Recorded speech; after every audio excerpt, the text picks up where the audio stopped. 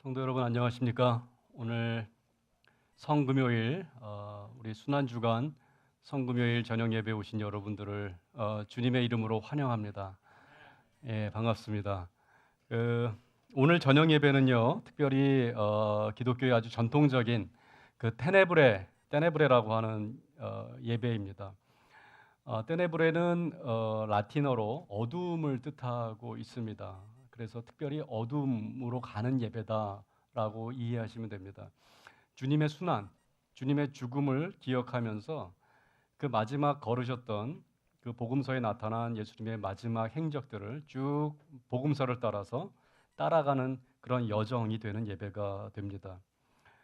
유다 백성들의 영적인 암흑을 상징하기도 하고요. 또 슬픔과 비탄 가운데 거행되는 이러한 예식입니다. 특별히 앞에 보시는 7개의 초가 있고요. 그 마지막 예수님의 그 복음서를 따라가는 행적을 한 구절 한 구절씩 읽을 때마다 낭독자가 말씀을 읽고 앞에 나와서 초를 끄고 마지막에는 예수님의 죽음과 함께 마지막 큰 초가 소등이 됩니다. 그렇게 되면 아주 어둠이 되고요. 그 상태에서 한 2, 3분을 묵상으로 기도하도록 하겠습니다. 그리고 이후에 우리 다 같이 한번 기도하는 시간을 갖겠습니다. 전체적으로 예수님이 마지막 잡히시고 체포되고 또 재판을 받고 또 저주받으시고 또 이런 그 십자가를 지시는 그 어둠으로 들어가는 일련의 과정들을 하나하나씩 들어가는 것을 상징합니다. 빛이 사라져가는 것 속에서 그 모습 속에서 주님의 순환을 묵상하는 아주 특별한 예배가 이 성금요일에 드리는 순환의 테네브레 예배입니다. 특별히 오늘은 굿 프라이데이, 성금요일을 굿 프라이데이라고 합니다. 주님이 죽으신 날인데 좋은 금요일이다라고 이제 표현을 하는 거죠. 왜 그러냐면 주님의 죽으심으로 우리가 구원을 얻기 때문에 그러합니다. 이 예배를 기억하시면서 이 예배를 깊이 있게 묵상 가운데 드리시기를 바랍니다.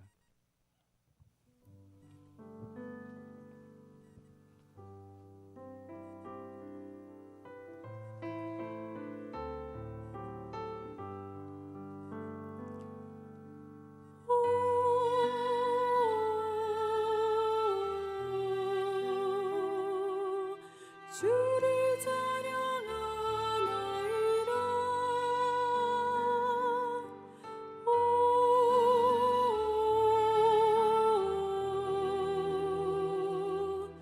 주를 찬양하나이다.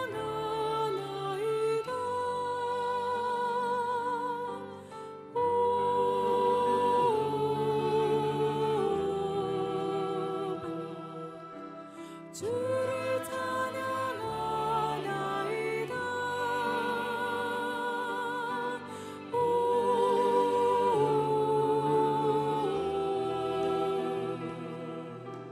주를 찬양하나이다.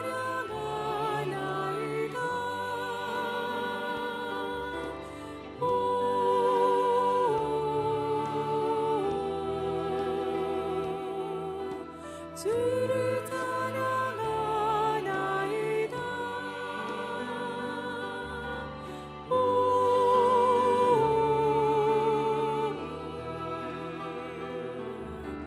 주를 찬양하나이다. 예수 하나님의 아들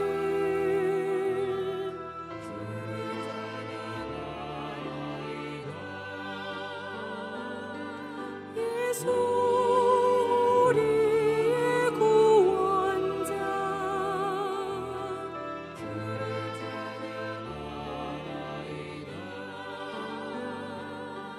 예수 날 위해 죽으셨네.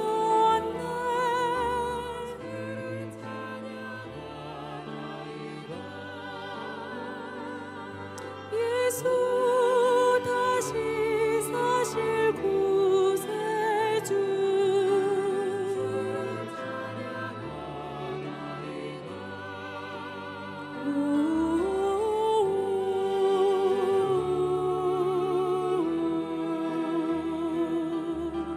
주를 찬양하나이다.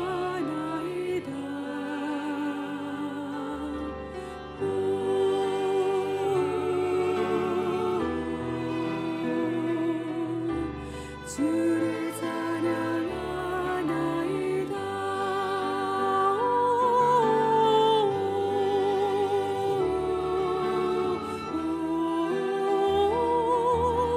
주를 찬양하나이다.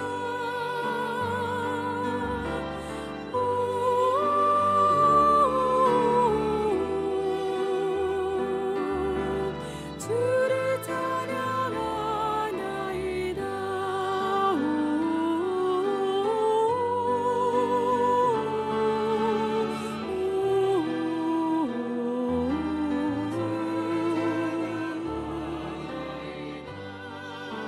나의 주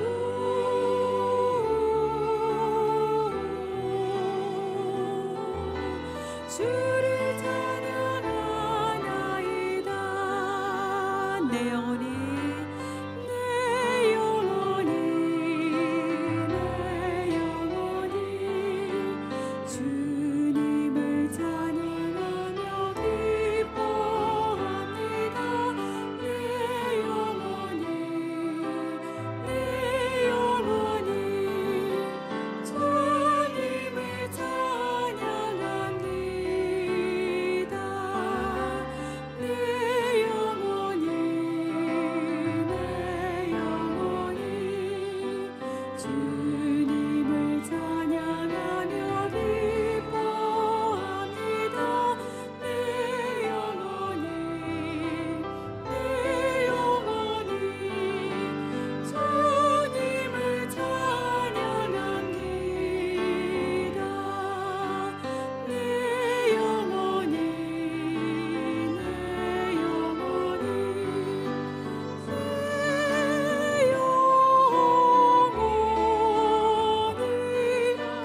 주님을 찬양합니다. 주님을 찬양합니다.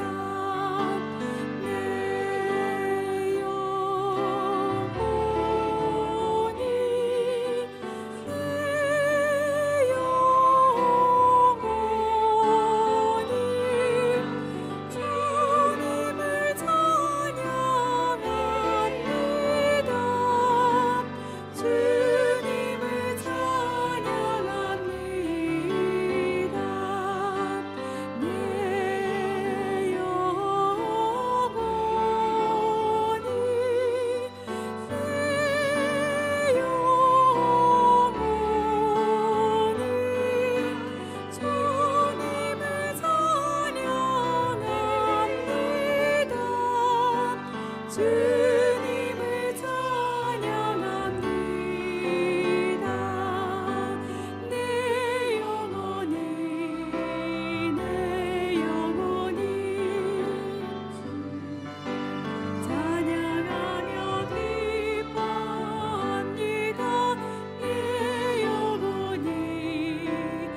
내 영혼이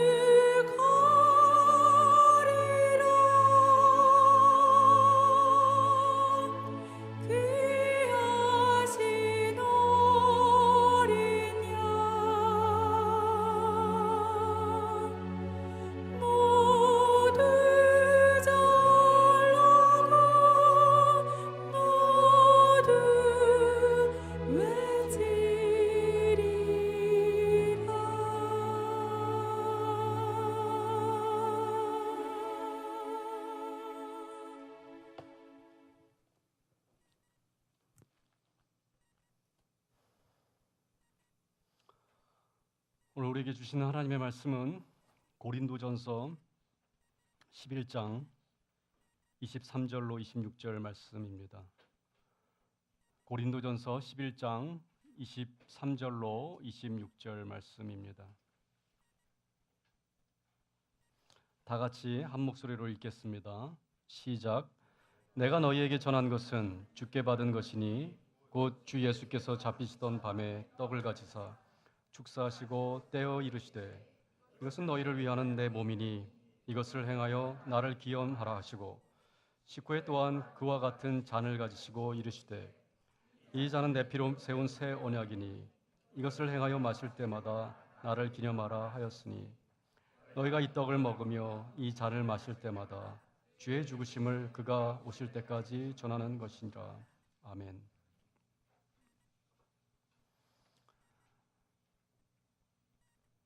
오늘 우리 사회에서 죽음은 가장 피하고 싶은 사건입니다. 특히 우리가 살아가고 있는 이 자본주의 사회에서는 돈으로 가능하면 죽음이 없는 것처럼 생각하고 그리고 가리려고 하는 그런 문화를 갖고 있습니다. 어느 누구도 죽음을 고통스럽게 맞고 싶은 사람은 없습니다. 고통 없이 나를 사랑하는 사람들에 둘러싸여서 우리는 평안히 죽기를 꿈꿉니다. 그런데 오늘 저는 여러분들과 함께 생각해 보려고 합니다. 왜 주님은 자신의 죽음을 기억하라고 한 것일까요? 우리는 기억하고 싶지 않은, 우리에게는 고통스러운, 우리에게는 불안한, 두려운 그런 사건인 그 죽음을 왜 예수님은 굳이 우리로 하여금 매 예배를 드리면서 기억하라고 하는 것일까요? 주님은 마지막에 제자들에게 오늘 말씀처럼 나의 죽음을 기억하라고 말씀하십니다. 죽은 자를 살리고 5천 명을 먹이고 또 풍랑을 잠잠케 하고 무리를 거르신 그 승리의 모습이 아니라 그 예수님의 실패, 어쩌면 그 죽음을 주님이 다시 오실 때까지 기억하라고 제자들에게 말씀하셨습니다. 승리가 아닌, 부활이 아닌 죽음을 기억하라고 하셨습니다. 주님은 나의 부활을 기억하라고 말씀하신 적이 없습니다. 나의 죽음을 기억하라고 말씀하셨습니다. 왜 그 실패와 그 수치를 모든 사람들에게, 온 인류에게, 특별히 고난 주간에 우리들에게 기억하라고 하시는 것일까요? 우리 자신들을 돌아보면 우리가 나를 사랑하는 것과 우리 자신을 사랑하는 것과 주님을 사랑하는 것의 경계가 상당히 모호하다는 것을 우리는 알게 됩니다. 우리는 주님을 사랑한다고 말하면서 나를 사랑하는 경우가 상당히 많습니다. 그런데 주님을 사랑한다고 우리는 착각하며 살아갑니다. 주님을 섬기고 주님의 일을 하는 것이 여전히 마치 나의 인생의 스펙 쌓기처럼 여겨지기도 합니다. 나는 나의 스펙이 중요합니다. 우리는 우리의 스펙을 쌓아서 인정을 받고 싶습니다. 나는 괜찮은 장로야. 나는 괜찮은 권사야. 나는 괜찮은 집사야. 나는 괜찮은 목사야. 남들에게 이런 소리를 듣고 싶습니다. 오늘 하루도 우리는 그런 소리를 듣기 위해 열심히 살아갑니다. 사람들이 이렇게 말하기를 원합니다. 우리를 바라보며. 저 사람은 세상에서도 성공하고 교회에서도 열심히 봉사해. 저 사람은 참 괜찮은 사람이야. 저 목사는 세상에서도 잘 나가더니 목회도 잘해. 저 집사는 능력도 있는데 사업도 잘하는데 돈도 많은데 교회에서 더 열심히 봉사해. 우린 여전히 나라고 하는 그 성을 쌓으며 살아가고 있습니다. 그 성이 높고 멋져 보이도록 노력합니다. 세상에서도 멋지고 교회에서도 멋지기를 바랍니다. 성을 쌓는 모습을 보면, 생각해 보면 저는 떠오르는 한 신학생이 있습니다. 신학교 기숙사에 제가 살던 집 아래층에 사는 어떤 중년의 여학생이 있었습니다. 가족들이 사는 기숙사였는데 이분은 혼자서 아주 밖에 창문으로 보면 집안을 아주 이쁘게 꾸미고 아주 가구와 내부를 이쁘게 꾸며놓고 혼자 살아가는 그런 중년 여성이었습니다. 얼굴이 아주 백지자처럼 하얗고 머리는 금발이었고 깡마른 중년 여성이었습니다. 가끔 보면 승마복을 입고 다녔습니다.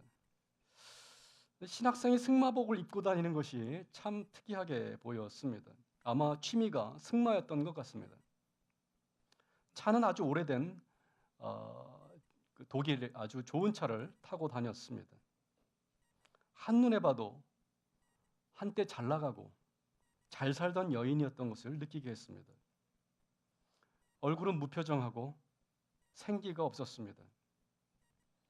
저는 그녀를 볼 때마다 외모와 풍기는 이미지에서 옛날에는 내가 좀 잘 살았는데 나는 화려한 인생이었는데 그저 지금의 내 인생이 참으로 초라하고 부끄럽고 수치스럽다라고 하는 것을 느끼게 해주는 그러한 모습이었습니다.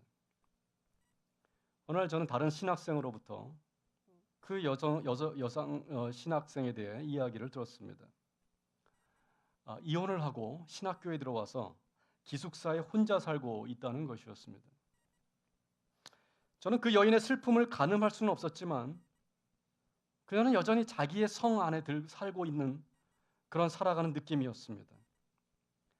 아마도 그녀의 과거의 삶은 그녀에게 자기의 성이 되어서 그 안에 갇혀 살고 있는 것처럼 보였습니다. 어쩌면 그녀에게 아픔을 주는 과거의 사건도 자신의 성벽의 일부였습니다. 저는 한 번도 그녀와 대화를 해본 적이 없습니다.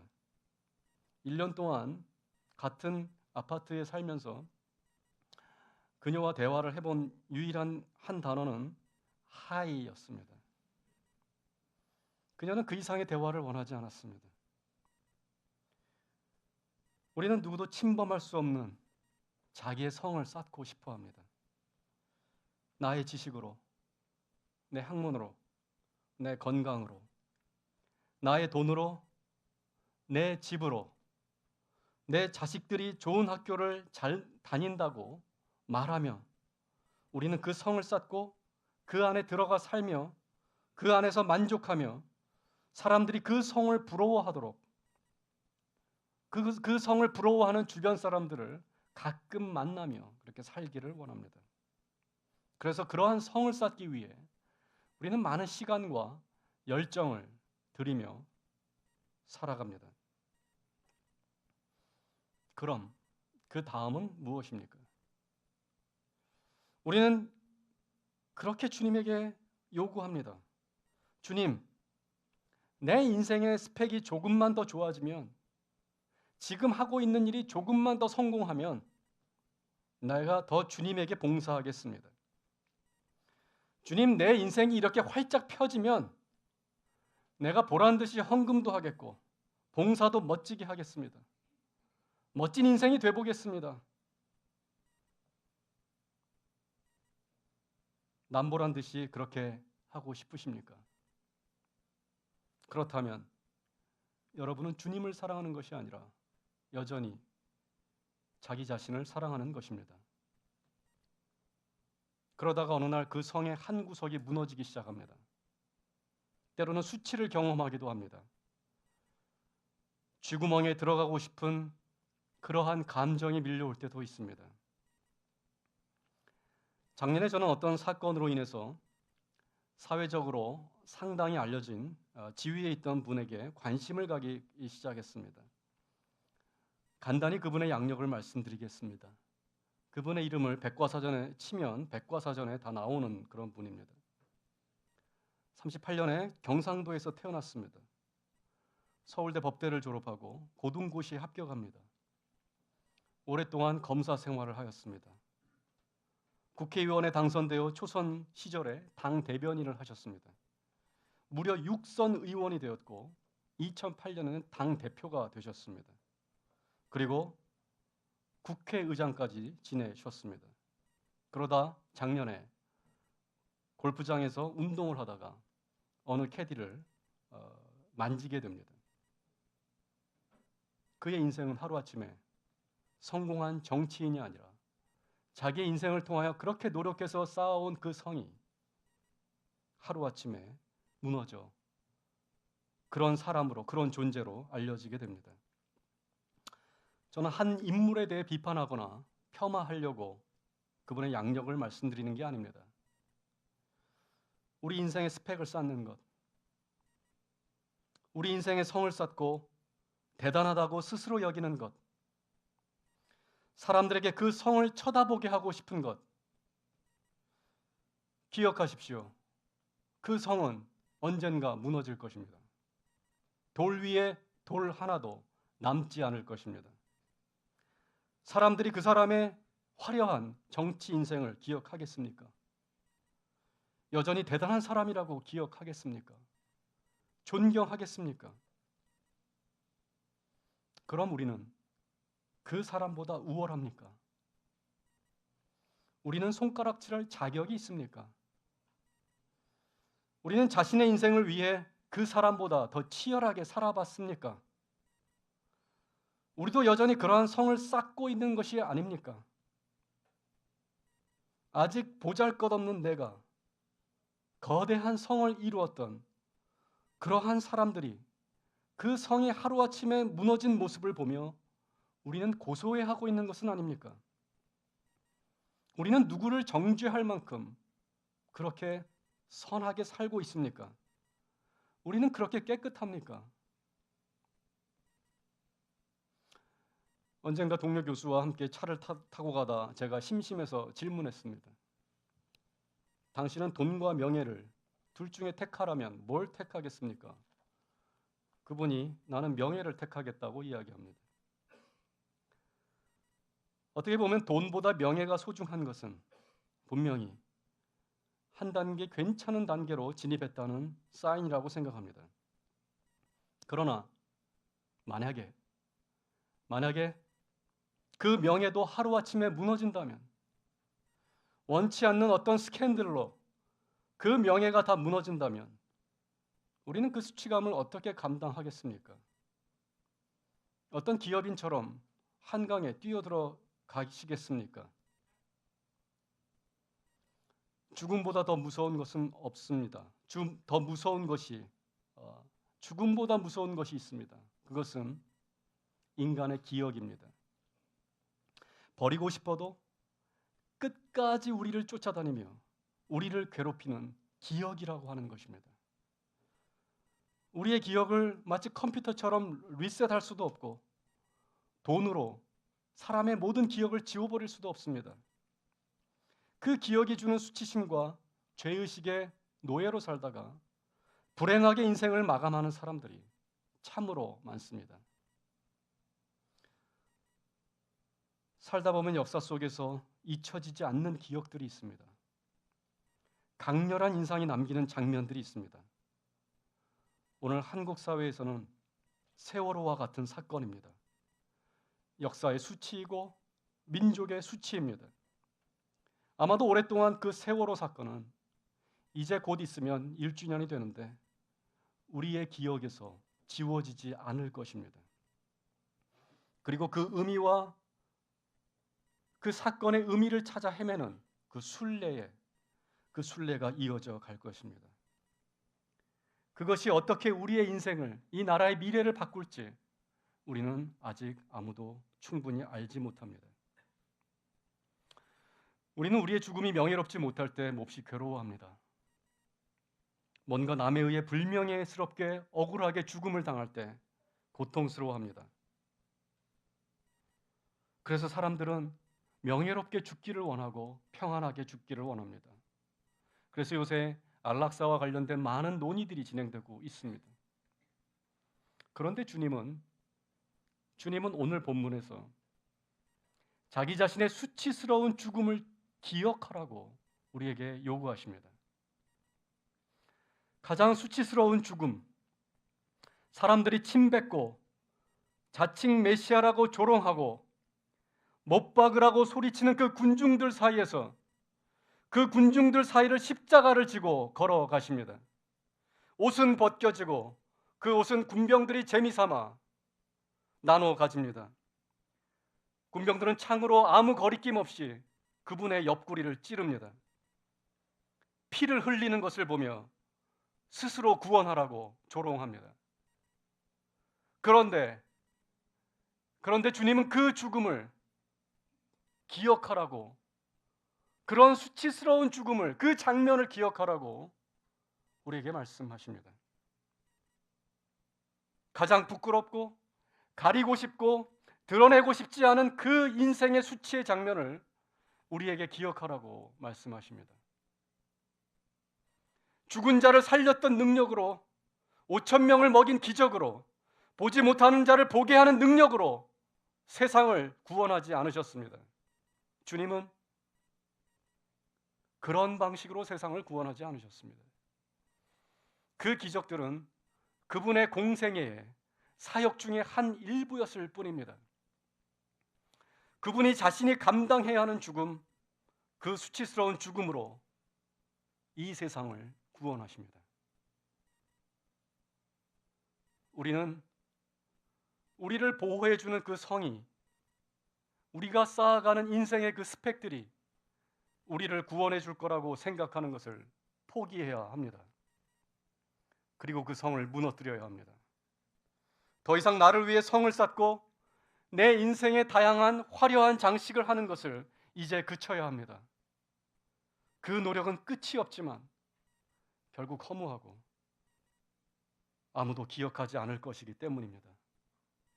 다 헛되고 헛된 것입니다. 우리는 그 한계를 넘어서야 합니다.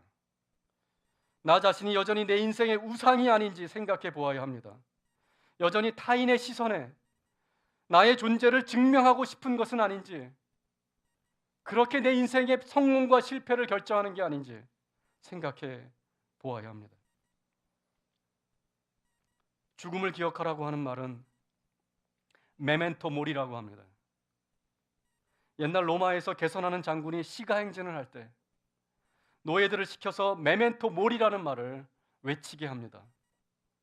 개선 장군이지만 오늘은 승리해서 환호를 부르고 그 행진을, 그 길을 중심으로 걷고 있지만 내일은 죽을 수도 있다는 것입니다. 너의 죽음을 기억하라. 내가 소중하다고 생각했던 그 모든 것을 하루아침에 잃는다면 나는 무엇입니까? 우리의 존재는 무엇입니까? 주님이 죽음을 당하신 오늘이 바로 그 성금요일입니다. 저는 주님의 죽음을 미리 준비한 한 여인을 기억합니다. 그 여인은 부끄러운 직업을 갖고 그 직업으로 돈을 번 여인이었습니다. 그러나 정성스럽게 옥합을 가지고 나와 그 옥합을 깨뜨리고 주님의 발에 붓고 그 향유로 자신의 머리로 주님의 발을 씻었던 여인이었습니다. 주님은 그런 예배를 받으십니다. 자기의 한계를 넘어서서 자기가 쌓아온 성마저 무너뜨리고 사람들의 손가락질을 다 넘어서서 주님을 사랑하고 그분을 예배하는 자를 받으시는 것입니다. 유일하게 주님의 장사를 준비한 여인으로 그 여인은 성경에 기록되고 있습니다. 여러분은 주님의 기억 속에 어떤 사람으로 기억되기를 원하십니까? 평생 자기의 성을 쌓으려고 발버둥 치다가 그저 그렇게 사라져가는 그런 인생이 우리 주변에 얼마나 많습니까? 사람들의 관심과 사람들의 인정을 갈구하며 우리가 그렇게 살아가며 그렇게 인생을 낭비하는 사람이 얼마나 많습니까?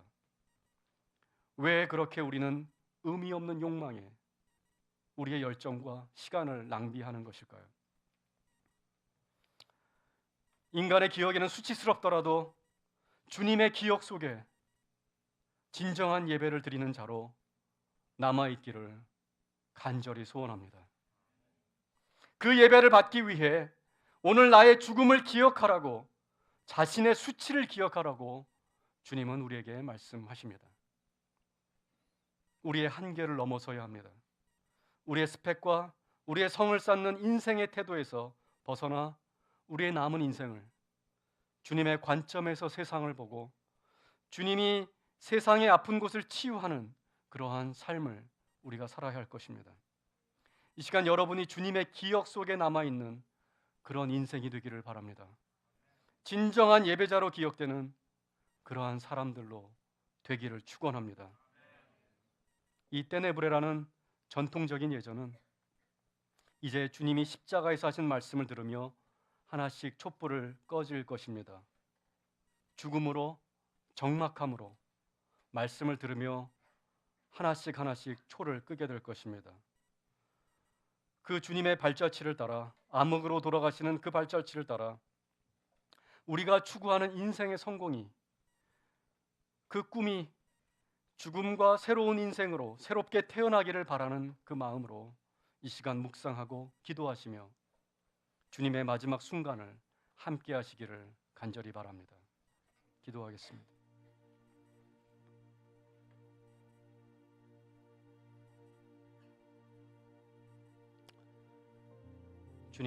주님이 죽으신 그 날입니다. 하나님, 우린 여전히 살아 있습니다. 우리의 욕망이 살아 있고 마치 주님을 사랑한다고 말하지만 우리는 여전히 자신을 사랑하며 자신을 내세우고 살아갑니다. 주님, 이 시간 우리를 불쌍히 여겨 주옵소서. 하나님, 주님의 죽음과 함께 우리에게 죽음이 경험되는 그러한 성금요일 예배가 되게 하여 주옵소서. 주님의 기쁨과 주님의 고난과 그 고난 가운데 숨어 계신 세상을 향한 그 사랑을 맛보게 하여 주옵소서. 예수님 이름으로 기도합니다.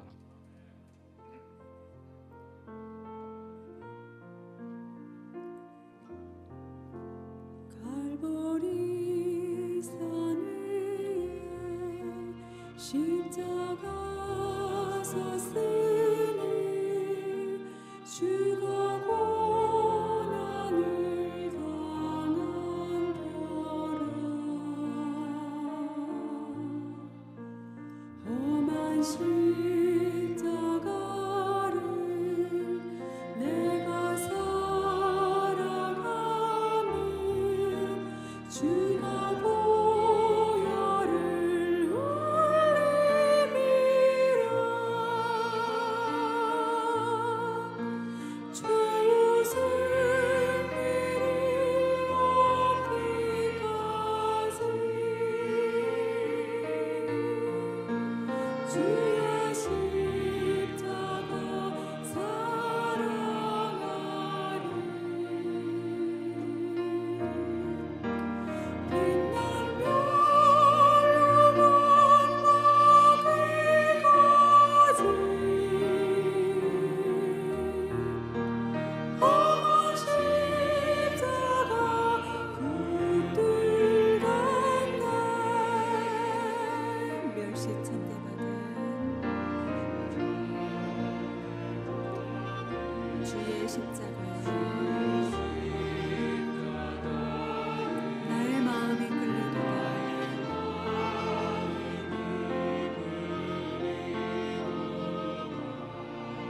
귀한 어린 양이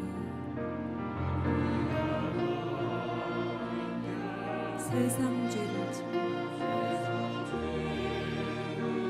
험한 십자가 지셨도다. 지셨도다.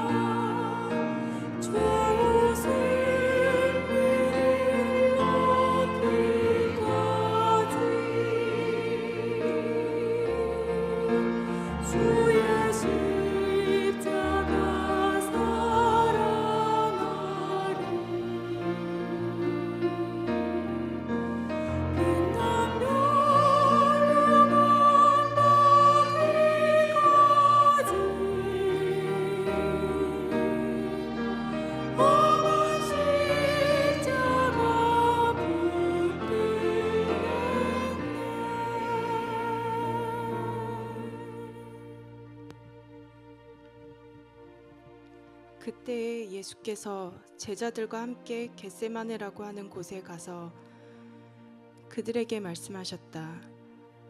내가 저기 가서 기도하는 동안에 너희는 여기에 앉아 있어라. 그리고 베드로와 세베대의 두 아들을 데리고 가서 근심하며 괴로워하기 시작하셨다. 그때 예수께서 그들에게 말씀하셨다. 내 마음이 괴로워 죽을 지경이다. 너희는 여기에 머무르며 나와 함께 깨어 있어라. 예수께서는 조금 더 나아가서 얼굴을 땅에 대고 엎드려서 기도하셨다. 나의 아버지, 하실 수만 있으시면 이 잔을 내게서 지나가게 해주십시오. 그러나 내 뜻대로 하지 마시고 아버지의 뜻대로 해주십시오. 그리고 제자들에게 와서 보시니 그들은 자고 있었다. 그래서 베드로에게 말씀하셨다. 이렇게 너희는 1시간도 나와 함께 깨어 있을 수 없느냐? 시험에 빠지지 않도록 깨어서 기도하여라. 마음은 원하지만 육신이 약하구나. 예수께서 다시 두 번째로 가서 기도하셨다. 나의 아버지, 내가 마시지 않고서는 이 잔이 내게서 지나갈 수 없는 것이면 아버지의 뜻대로 해주십시오.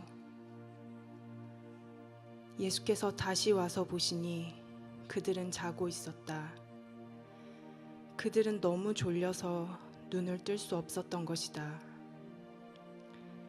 예수께서는 그들을 그대로 두고 다시 가서 또 다시 같은 말씀으로 세 번째로 기도하셨다. 그리고 제자들에게 와서 그들에게 말씀하셨다. 이제 남은 시간은 자고 쉬어라. 보아라, 때가 이르렀다. 인자가 죄인들의 손에 넘어간다. 일어나서 가자. 보아라, 나를 넘겨줄 자가 가까이 왔다.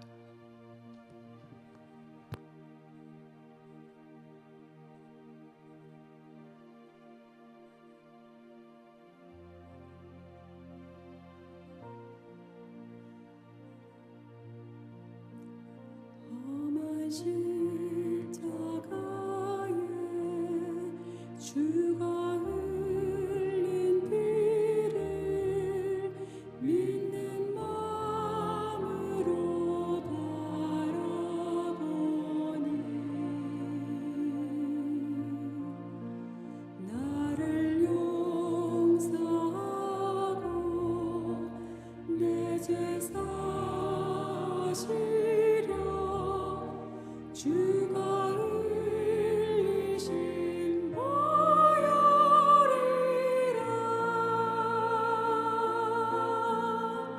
죄 승리를 얻기까지 주의 십자가 사랑하리.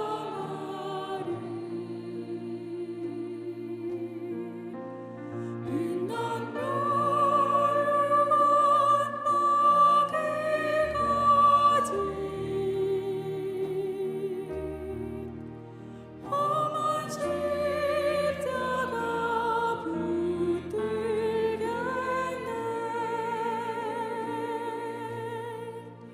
주님 예비하신 나의 본향집에 나를 부르실 그날에는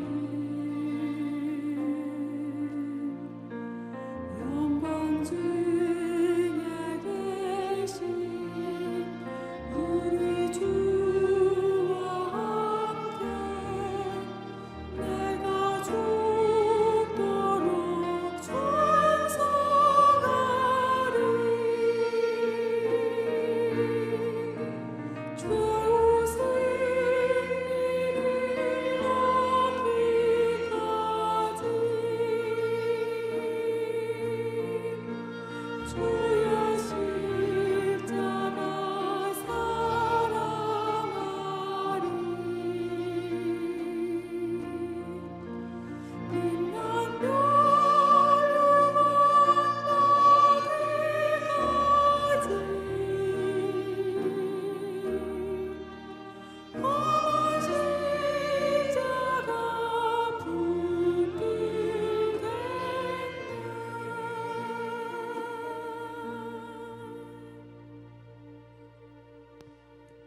예수께서 아직 말씀하고 계실 때에 12제자 가운데 하나인 유다가 왔다. 대제사장들과 백성의 장로들이 보낸 무리가 칼과 몽둥이를 들고 그와 함께하였다. 그런데 예수를 넘겨줄 자가 그들에게 암호를 정해주기를 내가 입을 맞추는 사람이 바로 그 사람이니 그를 잡으시오 하고 말해 놓았다. 유다가 곧바로 예수께 다가가서 안녕하십니까 선생님 하고 말하고 그에게 입을 맞추었다. 예수께서 그에게 친구여 무엇을 하려 이곳에 왔느냐 하고 말씀하시니 그들이 다가와서 예수께 손을 대어 붙잡았다. 그때 예수와 함께 있던 사람들 가운데 한 사람이 손을 뻗쳐 자기 칼을 빼어 대제사장의 종을 내리쳐서 그 귀를 잘랐다. 그때 예수께서 그에게 말씀하셨다. 내 칼을 칼집에 도로 꽂아라. 칼을 쓰는 사람은 모두 칼로 망한다. 너희는 내가 나의 아버지께 당장 12군단 이상의 천사들을 내 곁에 세워주시기를 청할 수 있다고 생각하지 않느냐. 그러나 그렇게 되면 이런 일이 반드시 일어나야 한다고 한 성경 말씀이 어떻게 이루어지겠느냐. 그때 예수께서 무리에게 말씀하셨다. 너희는 강도에게 하듯 칼과 몽둥이를 들고 나를 잡으러 왔느냐. 내가 날마다 성전에 앉아서 가르치고 있었건만 너희는 내게 손을 대지 않았다. 그러나 이 모든 일을 이렇게 되게 하신 것은 예언자들의 글을 이루려고 하신 것이다. 그때 제자들은 모두 예수를 버리고 달아났다.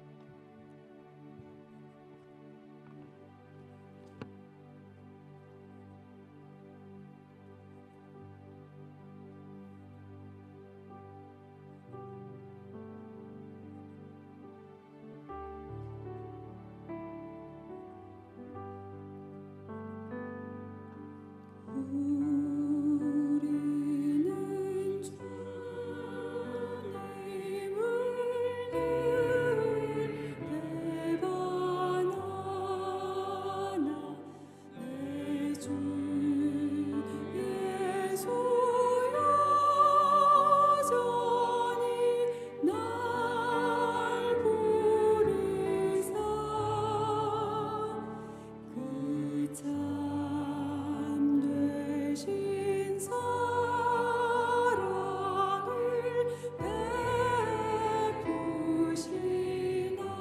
베푸시나니 내 형제여 주님을 곧 따르라. 주 날 위해 비네 주 날 위해 비네 주 날 위해 비네 항상 계시네.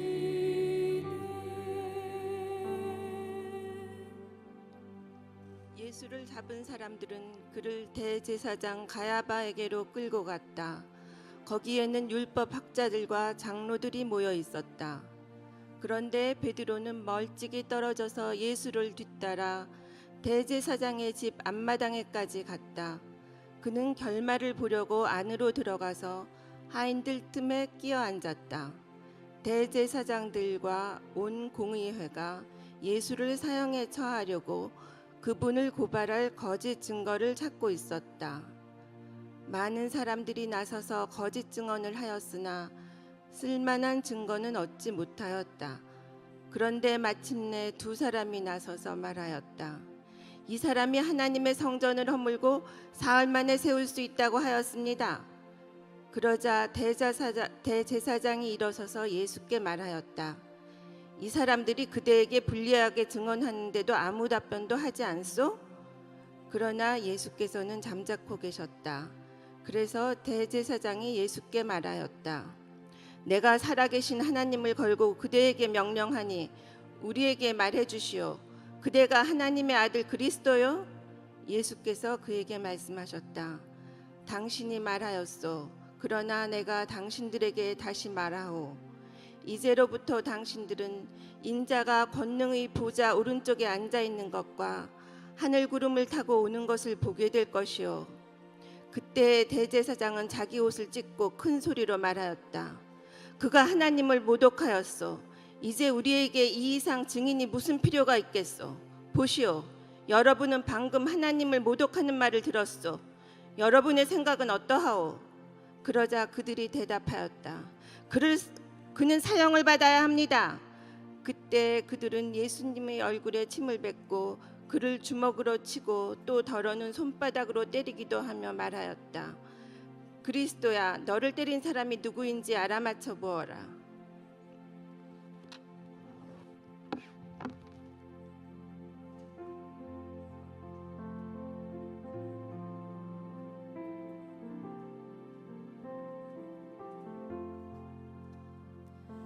예수 나를 위하여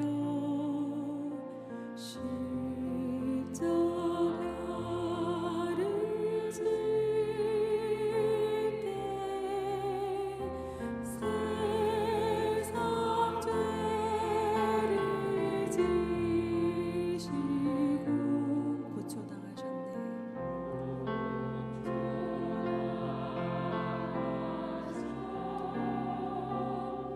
예수님, 예수님,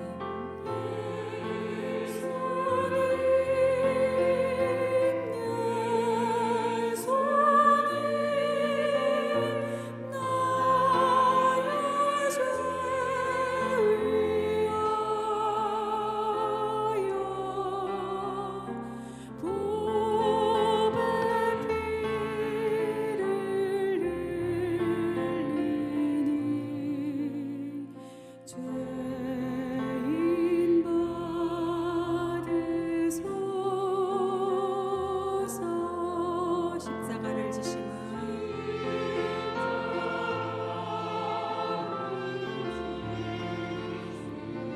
무슨 죄가 있나?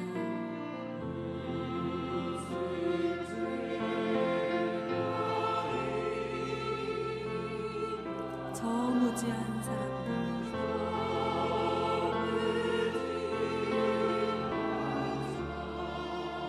메시아 죽였네.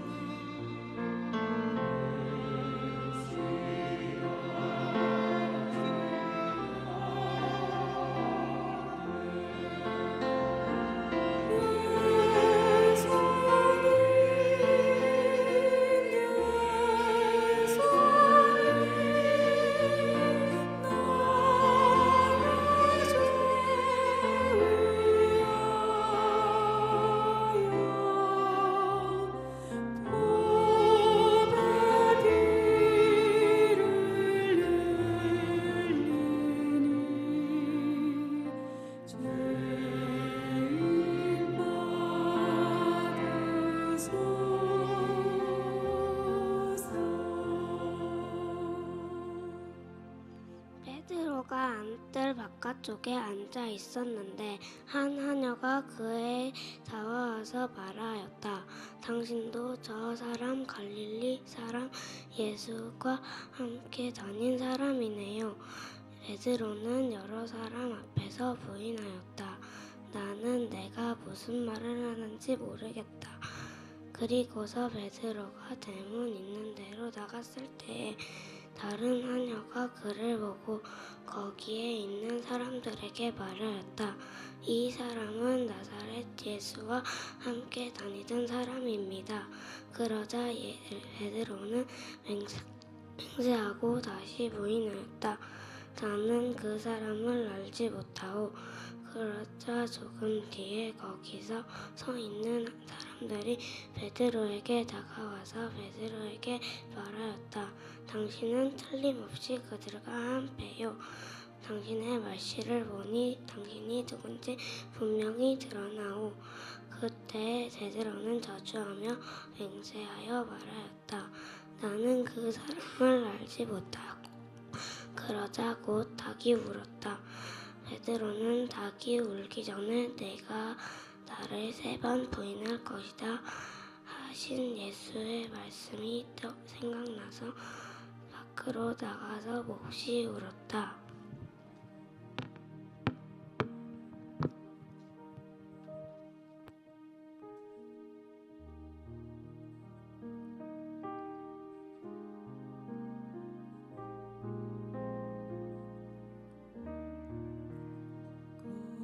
거기 너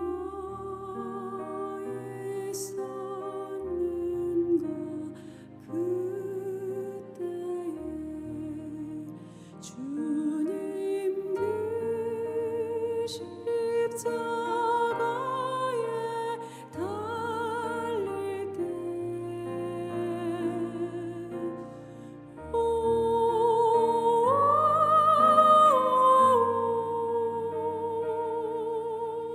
때로 그 일로 나는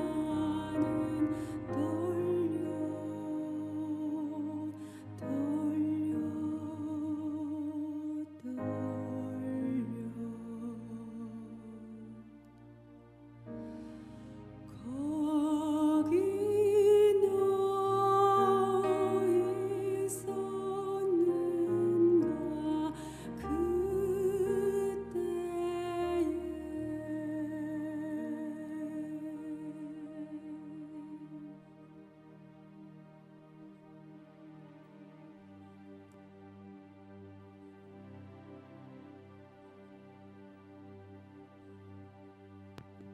명절 때마다 총독이 무리가 원하는 죄수 하나를 놓아주는 관례가 있었다. 그런데 그때에 바라바라고 하는 소문난 죄수가 있었다.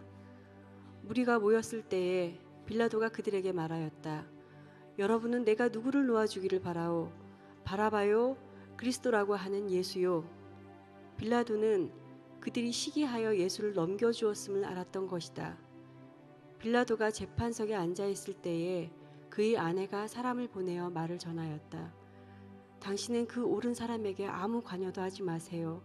지난밤 꿈에 내가 그 사람 때문에 몹시 괴로웠어요. 그러나 대제사장들과 장로들은 무리를 구슬러서 바라바를 놓아달라고 하고 예수를 죽이라고 요청하게 하였다. 총독이 그들에게 물었다. 이 2사람 가운데서 누구를 놓아주기를 바라오? 그들이 말하였다. 바라바요. 그때에 빌라도가 그들에게 말하였다. 그러면 그리스도라고 하는 예수는 나더러 어떻게 하라는 거요? 그들이 모두 말하였다. 그를 십자가에 못 박으시오. 빌라도가 말하였다. 정말 이 사람이 무슨 나쁜 일을 하였소? 사람들이 더욱 큰 소리로 외쳤다. 십자가에 못 박으시오. 빌라도는 자기로서는 어찌할 도리가 없다는 것과 또 밀란이 일어나려는 것을 보고 물을 가져다가 무리 앞에서 손을 씻고 말하였다. 나는 이 사람의 피에 대하여 책임이 없으니 여러분이 알아서 하시오. 그러자 온 백성이 대답하였다. 그 사람의 피를 우리와 우리 자손에게 돌리시오. 그래서 빌라도는 그들에게 바라바는 놓아주고 예수는 채찍질한 뒤에 십자가에 처형하라고 넘겨주었다.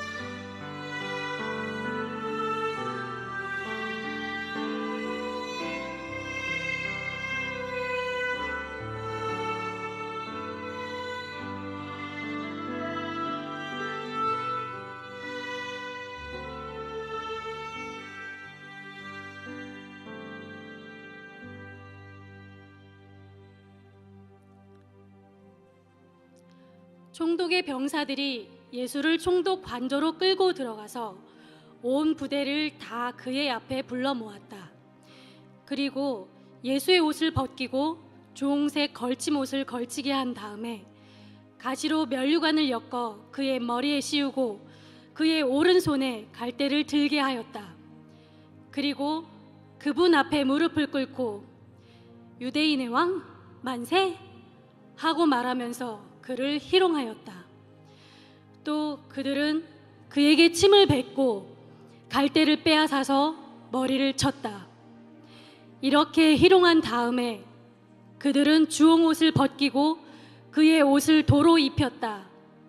그리고 십자가에 못 박으려고 그를 끌고 나갔다.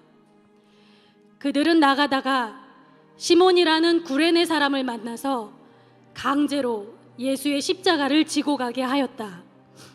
그들은 골고다, 곧 해골곳이라는 곳에 이르러서 포도주에 쓸개를 타서 예수께 드려서 마시게 하였으나 그는 그 맛을 보시고는 마시려고 하지 않으셨다. 그들은 예수를 십자가에 못 박고 나서 제비를 뽑아서 그의 옷을 나누어 가졌다. 그리고 거기에 앉아서 그를 지키고 있었다. 그리고 그의 머리 위에는 이 사람은 유대인의 왕 예수다 이렇게 쓴 죄패를 붙였다. 그때에 강도 두 사람이 예수와 함께 십자가에 못 박혔는데 하나는 그의 오른쪽에 하나는 그의 왼쪽에 달렸다. 지나가는 사람들이 머리를 흔들면서 예수를 모욕하여 말하였다. 성전을 허물고 사흘 만에 짓겠다던 사람아, 네가 하나님의 아들이거든 너나 구원하여라. 십자가에서 내려와 봐라.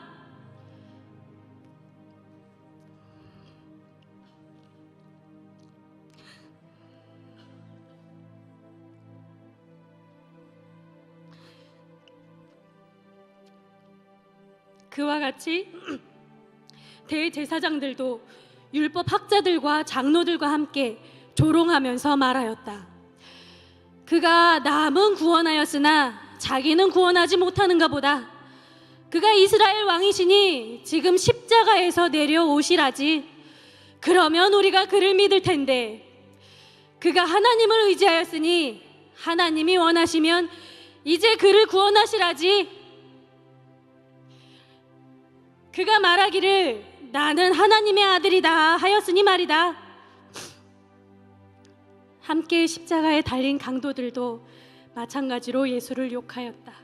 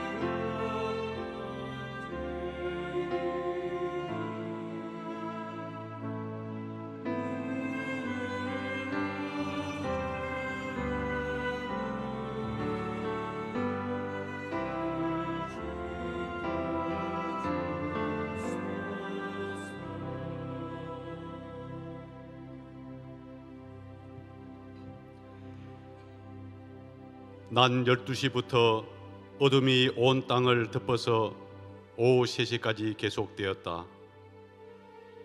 3시쯤에 예수께서 큰 소리로 부르짖어 말씀하셨다. 엘리 엘리 라마 사박다니. 그것은 나의 하나님 나의 하나님 어찌하여 나를 버리셨습니까? 라는 뜻이다. 거기에 서 있는 사람들 가운데 몇이 이 말을 듣고서 말하였다. 이 사람이 엘리야를 부르고 있다. 그러자 그들 가운데서 한 사람이 곧 달려가서 해면을 가져다가 신 포도주에 적셔서 갈대에 껴 그에게 마시게 하였다. 그러나 다른 사람들은 어디 엘리야가 와서 그를 구하나 두고 보자 하고 말하였다. 예수께서 다시 큰 소리로 외치시고 숨을 거두셨다.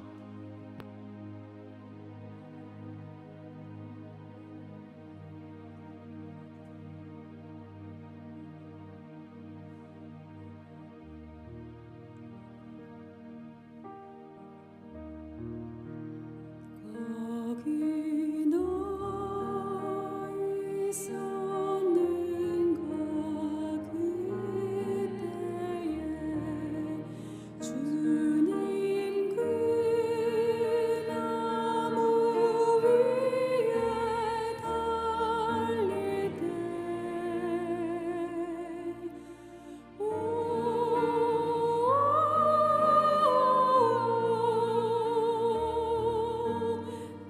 때로 그 일로 나는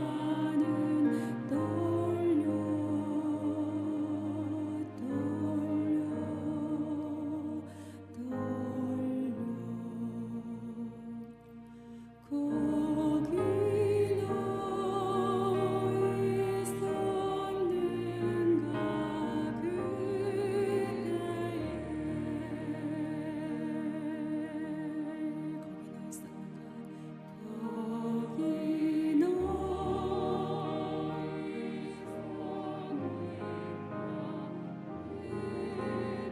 해가 그 밝은 빛을 잃을 때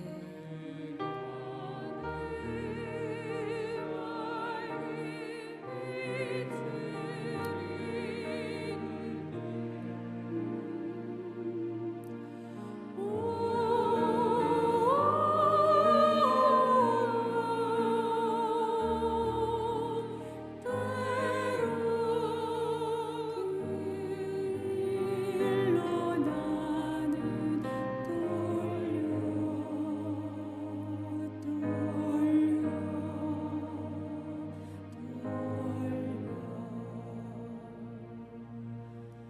거기 너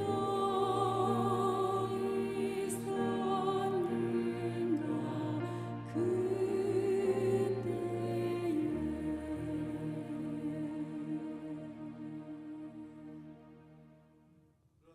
보아라, 성전 휘장이 위에서 아래까지 두 폭으로 찢어졌다. 그리고 땅이 흔들리고 바위가 갈라지고 무덤이 열리고 잠자던 많은 성도의 몸이 살아났다. 그리고 그들은 예수께서 벌하신 뒤에 무덤에서 나와 거룩한 도성에 들어가서 많은 사람에게 나타났다. 백부장과 그와 함께 술을 지키는 사람들이 지진과 여러 가지 일어난 일들을 보고 몹시 두려워하여 말하기를 참으로 이분은 하나님이 아들이셨다 하였다.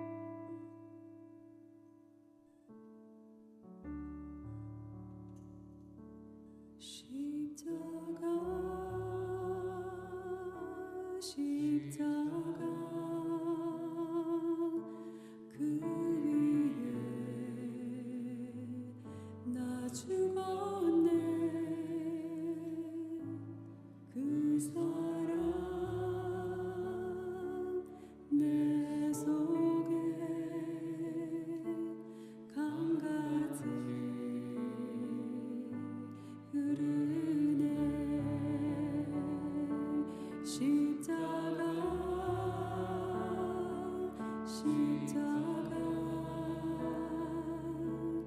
그 위에 나 죽었네. 그 사랑 내 속에 강같이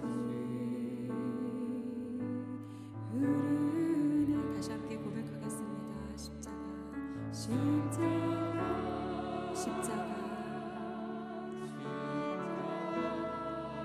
그 위에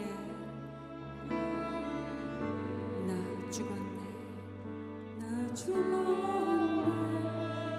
그 사랑 내 속에 강같이 흐르네.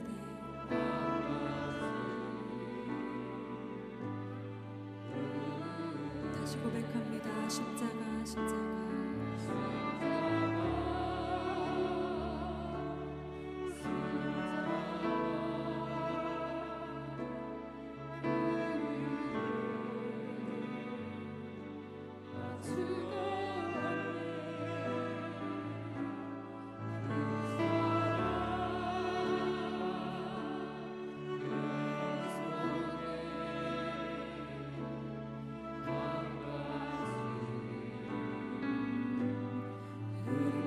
그의 생명 내 속에 그의 생명 내 속에 그의 능력 내 안에 그의 능력 내 안에 그의 소망 내 삶에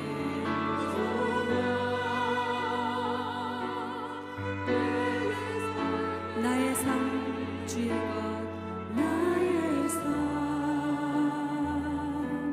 주의 것 십자가 십자가 십자가 십자가 그 위에 나 죽었네. 그 사랑 내 속에 강같이 흐르네.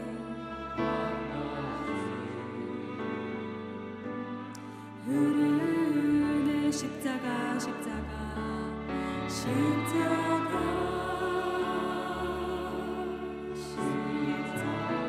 그 위에 나 죽었네.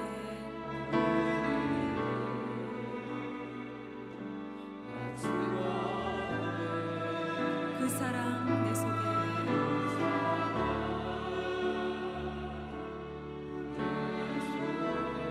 강같이 흐르네.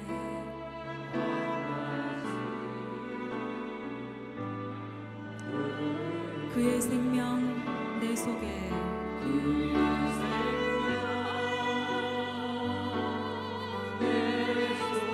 그의 능력 내 안에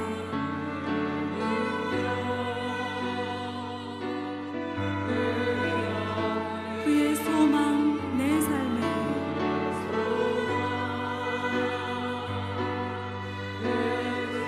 나의 삶 주의 것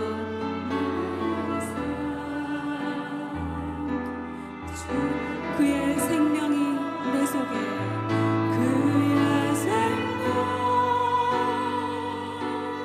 내 속에 그의 능력 내 안에 능력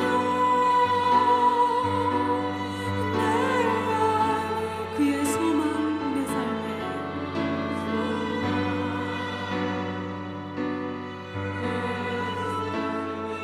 나의 삶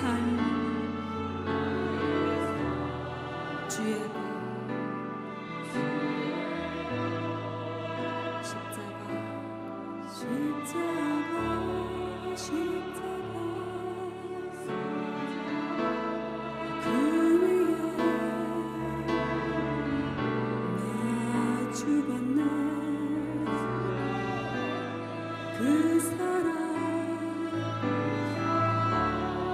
내 속에 강같이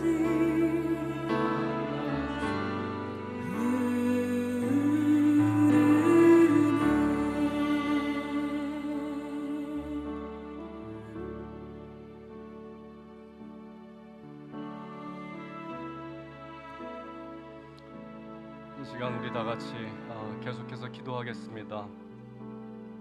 하나님, 우리를 너무나 사랑하셔서, 이 세상을 너무나 사랑하셔서 하나님의 아들을 세상에 못 박으셨습니다.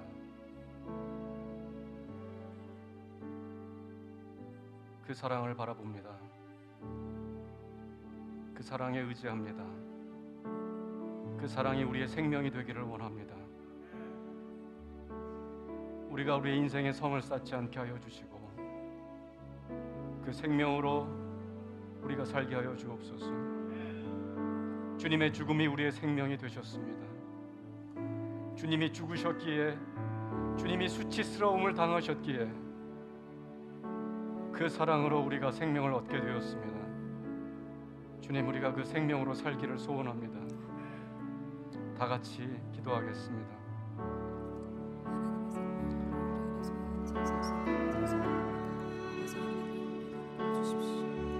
죽음을 당신의 죽음을 기억하라고 하신 하나님의 그 말씀, 하나님을 살수 있는 우리가 될 수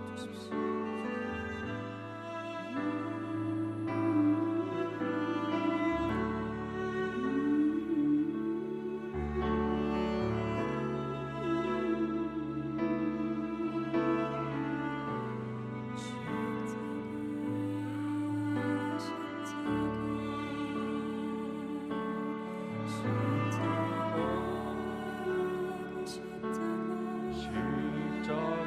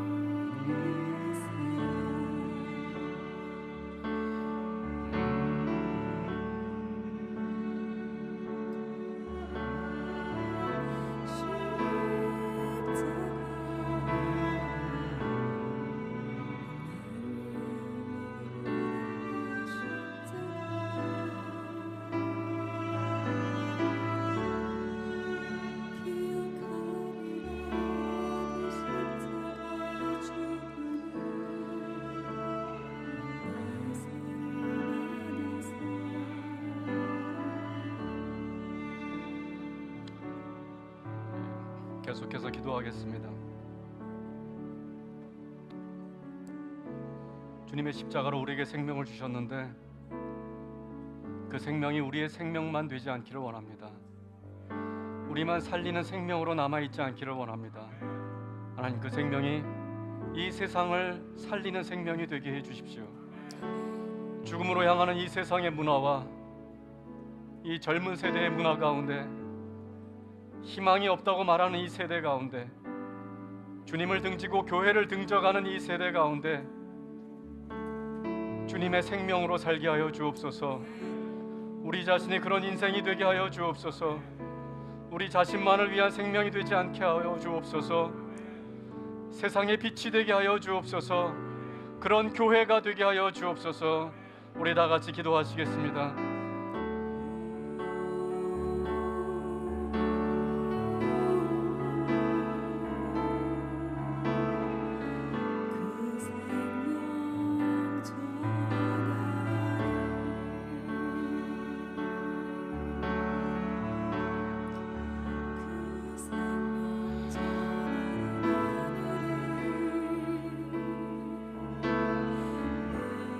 죽음으로 알리신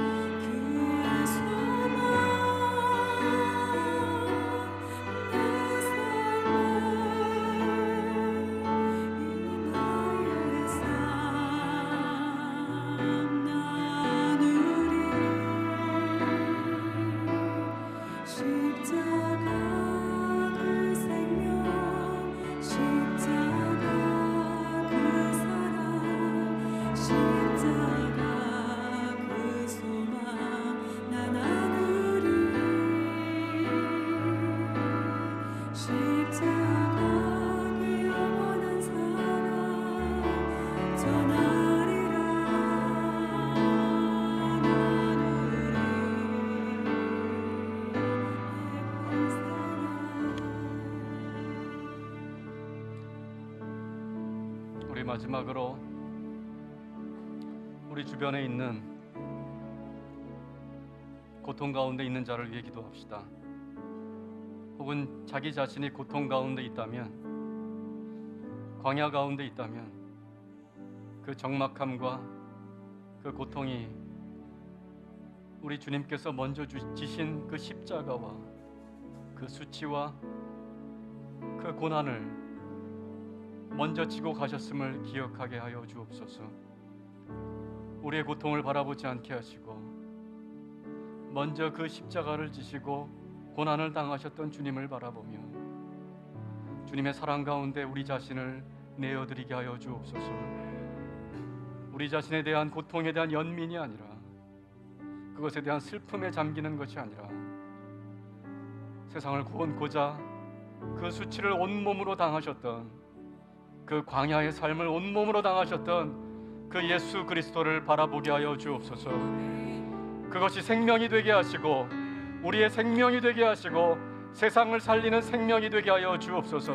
죽음이 생명이 되게 하시고 우리의 슬픔이 기쁨이 되게 하시며 죽음이 있기에 부활이 있음을 경험케 하여 주옵소서. 고통 가운데 있는 자를 위하여 기도하겠습니다.